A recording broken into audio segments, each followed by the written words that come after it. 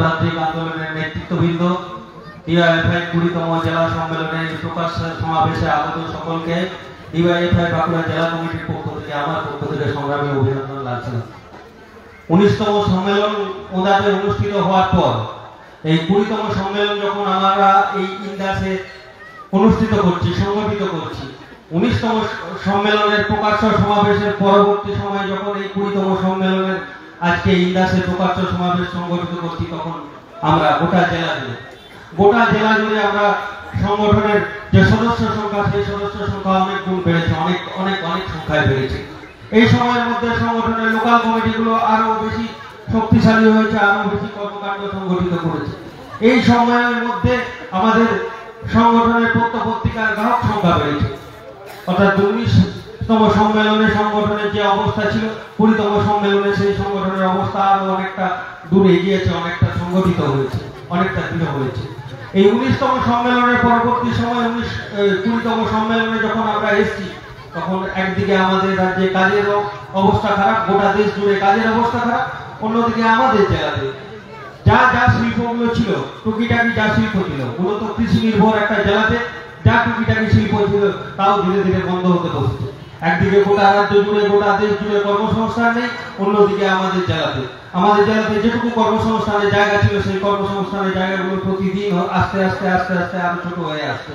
এইরকম অবস্থার মধ্যে দাঁড়িয়ে আমরা যারা যুব সংগঠন পরিচালনা করি, যারা 1980 সালে প্রথম সকলের জন্য কাজ শিক্ষার দাবিতে লড়াই আন্দোলন সংগ্রাম করেছিল, 1980 সালে যখন গোটা দেশ জুড়ে এই কাজ শিক্ষার দাবিতে, জব ফর অলের দাবিতে এই স্লোগানকে সামনে রেখে সারা দেশ জুড়ে সংগঠন তৈরি হচ্ছে, তারও অনেকটা আগে 1968 সালে আমাদের রাজ্যে সংগঠন গঠিত হয়েছিল। কমরেড বুদ্ধদেব ভট্টাচার্য, কমরেড দীনেশ মজুমদারের নেতৃত্বে যে গণতান্ত্রিক যুব সংগঠন তৈরি হয়েছিল, সে সময় আমাদের জেলাতে সংগঠন তৈরি হয়েছিল। সেই সংগঠন আজকে ধীরে ধীরে বাড়তে একটা জায়গায় পরিণত হয়েছে। 2011 সালের পরবর্তী সময় সংগঠনের মধ্যে কিছুটা আঘাত এসেছিল।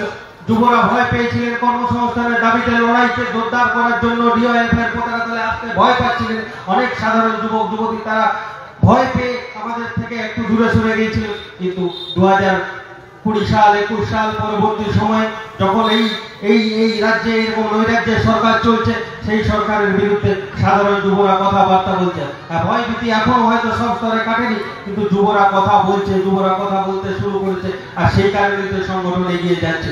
এই 20তম সম্মেলনে যখন আমরা উপস্থিত হয়েছি, এই গোটা বাঁকুড়া জেলার এই প্রান্ত সন্ত্রাসকে কাটিয়ে মানুষ ভয়মুক্ত হয়ে মানুষ বেরিয়ে আসছে। সাধারণ মানুষ কথা বলছে, এই নৈরাজ্যের বিরুদ্ধে সাধারণ মানুষ কথা বলছে। একদিকে যখন মানুষকে সাম্প্রদায়িক সম্প্রীতিকে নষ্ট করার চেষ্টা চলছে, তখন সাধারণ মানুষ আবার সাম্প্রদায়িক সম্প্রীতি বজায় রাখার জন্য বামপন্থাকে শক্ত করার চেষ্টা করছে। বামপন্থীরা বলছে যে এই সময়ের মধ্যে মানুষের বিভেদ নয়, সাধারণ খেটে খাওয়া মানুষের রোজগারের দাবিতে লড়াই আন্দোলন সংগ্রাম করতে হবে। আমরা যারা যুব রাজনীতি করি, আমাদের প্রধান দাবি হচ্ছে যে সকলের জন্য কাজ, ফলে কাজের লড়াইটাকে আগামী দিনে সংগঠিত করতে হবে। দুটো দল আছে, একদিকে রাজ্যের সরকারি দল, অন্যদিকে রাজ্যের বিরোধী দল। এই দুটো দলই কর্মসংস্থানের কোনো কথা বলছে না।